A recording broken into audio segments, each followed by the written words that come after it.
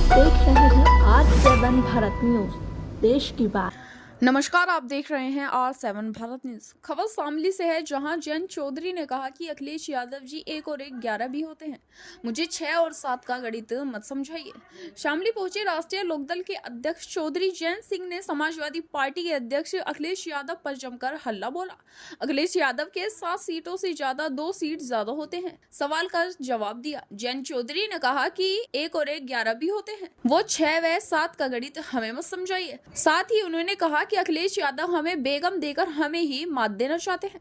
चौधरी जयंत सिंह कैरना लोकसभा क्षेत्र से भाजपा उम्मीदवार प्रदीप चौधरी के समर्थन में जनसभा करने की शामिल। कैरना लोकसभा क्षेत्र से भाजपा प्रत्याशी प्रदीप चौधरी के समर्थन में राष्ट्रीय लोकदल के अध्यक्ष चौधरी जयंत सिंह ने एक चुनावी सभा में अखिलेश यादव पर जमकर हल्ला बोला। जयंत चौधरी ने कहा कि केंद्र में प्रदेश की सरकार किसानों, कमेरों, गरीबों व आमजन के लिए अनेकों काम कर रही है। अनेकों सरकारी योजनाओं में समाज के हर तबके व हर वर्ग लाभान्वित हो रहा है। चौधरी जयंत सिंह ने अखिलेश यादव के 5 व 7 सीटों से ज्यादा 2 सीट ज्यादा होती हैं। सवाल का जवाब दिया। जयंत चौधरी ने कहा कि अखिलेश यादव जी 1 और 1 11 भी होते हैं। यह 6 व 7 का गणित हमें मत समझाइए। अखिलेश यादव हमें बेगम देकर हमें ही मात देना चाहते हैं। आने वाले लोकसभा के चुनाव में राष्ट्रीय लोकदल का एक एक कार्यकर्ता भारतीय जनता पार्टी के उम्मीदवार को जिताने का काम करेगा। Bureau report R7 Bharat news. के मान सम्मान के लिए हम कसर कर भी सकते हैं, ये कसर नहीं छोड़ने।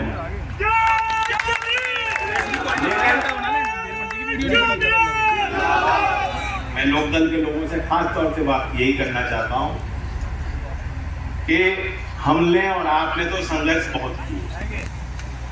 अब आप भी सोचिए, हमारे जो मुद्दे हैं, आप किसान की तरफ देखिए। किसान की अगली पीढ़ी जो है, चौधरी अजीत सिंह जी क्या हमारे क्षेत्र के लिए चाहते थे?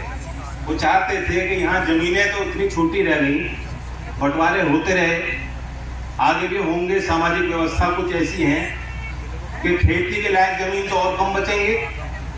जब तक कोई दूसरा स्रोत खड़ा नहीं होगा रोजगार का, खेती से अलग हटके भी औद्योगिक क्षेत्र में बहुत विस्तार होने की जरूरत है। उत्तर प्रदेश में लास्ट चीनी का उद्योग चौधरी अजीत सिंह जी ने स्थापित किया और उसके बाद कोई बहुत ज्यादा तरक्की हमने होती नहीं देखी। और हमने देखा है कि सरकार ने जो केंद्र में है, उन्होंने एक इच्छा शक्ति उनकी है जो प्रबल है और जो दिखाई पड़ती है। इनके नजर में कोई काम छोटा नहीं होता। जब तक ये सोच हम समाज में और नेताओं में पैदा नहीं करेंगे कि काम कोई कमजोरी या छोटा नहीं है। खासकर मजदूरी करने वाला मजदूर, जो कारीगर है, कुम्हार है, लोहार है, सुनार है, जो हाथों से काम करते हैं, आपको लगता है कि अरे ये तो बहुत छोटे काम।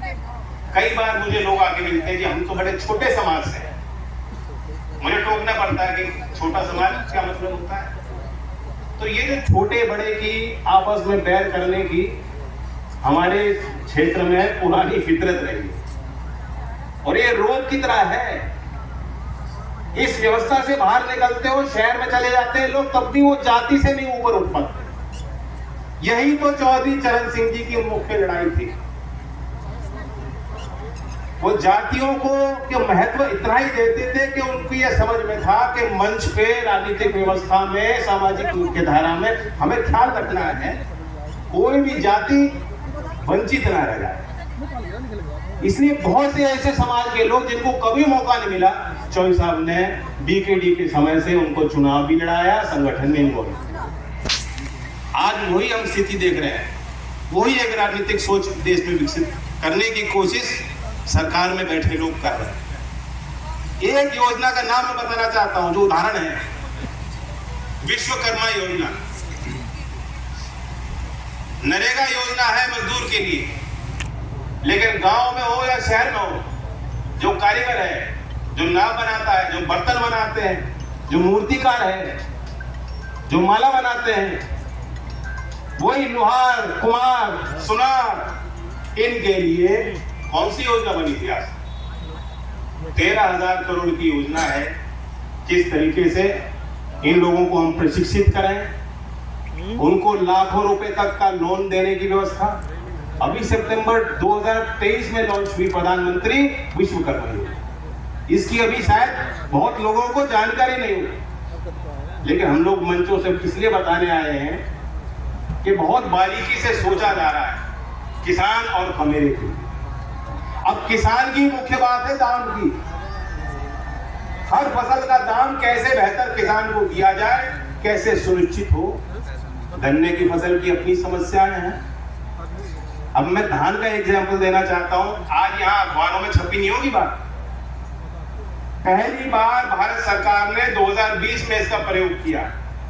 बाली में मंत्रियों की एक कॉन्फ्रेंस हुई संयुक्त राष्ट्र के तत्वाधान में, और वहां एक औजार तैयार किया गया। 5वीं बार 2020 के बाद भारत सरकार ने इसका प्रयोग किया है किसानों का बचाव करने के लिए। आपको मालूम है कि WTO के नियम है कि भारत जैसे विकासशील देश कृषि प्रधान पहुंचे, बड़ी जनसभा को संबोधित किया। सीधी सी बात है, लोकदल एनडीए में शामिल हुआ है। उन सब से अपने जो लोग हैं समर्थक है उनसे अपील करने आया हूँ। सबकी वोट कीमती है, हर वर्ग की वोट हमें चाहिए। जातिवाद से ऊपर उठकर किसान की बात को मजबूत करने के लिए, और चूंकि सरकार ने भारत रत्न दिया है, ये क्षेत्र हमेशा चौधरी चरण सिंह जी के साथ रहा। विशेष सम्मान और प्यार और लगाव लोगों के मन में है। तो चौधरी चरण सिंह से जुड़ी हमने कुछ बात बताई लोगों को। चो साहब, एनडीए ने 400 का नारा दिया है, लेकिन यहाँ पे ठाकुर भी नाराज है, गुर्जर भी नाराज है, जाट भी नाराज है, तो सैनी भी नाराज है। कैसे मैं कई चुनाव में लड़ा हूँ, कई चुनाव देख लिए। जी जी जी। चुनाव में पता लगता है कि सारे हमसे नाराज, जी जी, फिर मनाने पड़ते हैं। ये राजनीतिक प्रक्रिया होती है, तो इतना कोई नाराज नहीं कि वोट नहीं करेगा, सब वोट करेंगे। तो सबको मालूम है कि क्या माहौल देश में बन रहा है, और जो देश में माहौल है शामिल उससे पीछे नहीं। सहारनपुर की रैली में आप नहीं दिखे, प्रधानमंत्री की रैली में मैं पहुंच नहीं पाया। आपको किसानों का दुख, बहुत बड़ा दुख है कि आप पार्टी के लोग थे। आज मैं यहाँ हूँ, योगी जी के साथ बागपत में मंच साझा किया। आगे भी कार्यक्रम होगा, साथ रहेंगे हम लोग। 12 में भी कार्यक्रम है, योगी जी और मैं दोनों हस्तिनापुर में कार्यक्रम कर रहे हैं। अच्छा, अखिलेश जी ने कहा है कि चौवन्नी प्रधानमंत्री पूछेगी चौवन्नी कौन है, ये कटास किया है। अब मुझे समझ नहीं आता अशीष जी उनकी अखिलेश जी की बात में मजाक में लूँ या सीरियसली लूँ।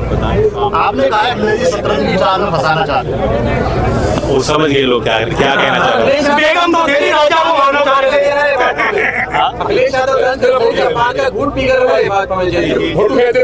देखिए, जहाँ सम्मान होता है वहीं हम लोग रहते हैं, हमारी आदत का हिस्सा है।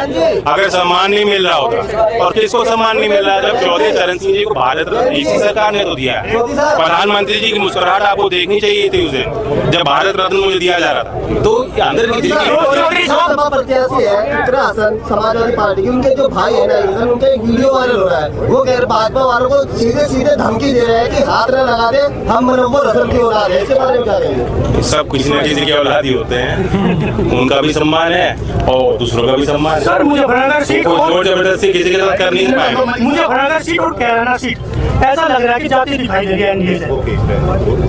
नहीं, तो अलग अलग विश्लेषण होते हैं, ये तो आपका विश्लेषण है। संजीव बालियान का विरोध है, प्रदीप सांसद जी का विरोध है। अच्छा, मुझे ये बताओ, अब 1 हफ्ता बचा है कैंपेन को। पहले चरण के चुनाव कब खत्म हो जाएंगे प्रचार? 17 तारीख। अब 7 दिन तो बचे हैं। अभी तक कोई मीटिंग करी हो तो बताओ।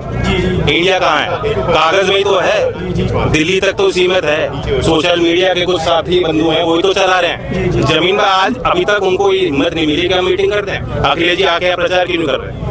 क्यों नहीं कर रहे? मैं पूछना चाह रहा हूँ, कर देना चाहिए था। इतनी मजबूत स्थिति होती तो नेता भीड़ से पीछे रहता है। नेता को तो भीड़ चाहिए होती है, ये तो हम लोगों की खुराक होती है। और जहाँ इतना उनके पक्ष का यदि चुनाव होता तो अब तक वहाँ लोगों के बीच नहीं आए होते। तो 400 पार कैसे होगा? जैन भी वहाँ में मुसलमान भी आईडी से जुड़ा था। नहीं जुड़ा है। अल्पसंख्यक समाज, चाहे वो बहुसंख्यक हो चाहे अल्पसंख्यक हो, हमारी पार्टी उनके लिए, और हमारी लौती पार्टी जिसने तय किया और सुनिश्चित किया विधायकों के लिए, हमने सीमा बांधी सब विधायकों के लिए। 51% आप अनुसूचित जात में और अल्पसंख्यक वर्ग को देंगे, चाहे सिख हो, चाहे मुसलमान हो, चाहे जैन समाज के लोग। 51% हक, तो जो रिसोर्सेज हमारे पास है वही हम आवंटित कर रहे हैं। तो कैरानी की जनता को क्या संदेश देना चाहते हैं जयंत चौधरी? प्रदीप जी पे फिर विश्वास जताएं और उनको मजबूती दें, तभी मेरे हाथ मजबूत होंगे, कलम में स्याही मिलेगी और मोदी जी के 400 पार का नारा को हम पूरा करेंगे।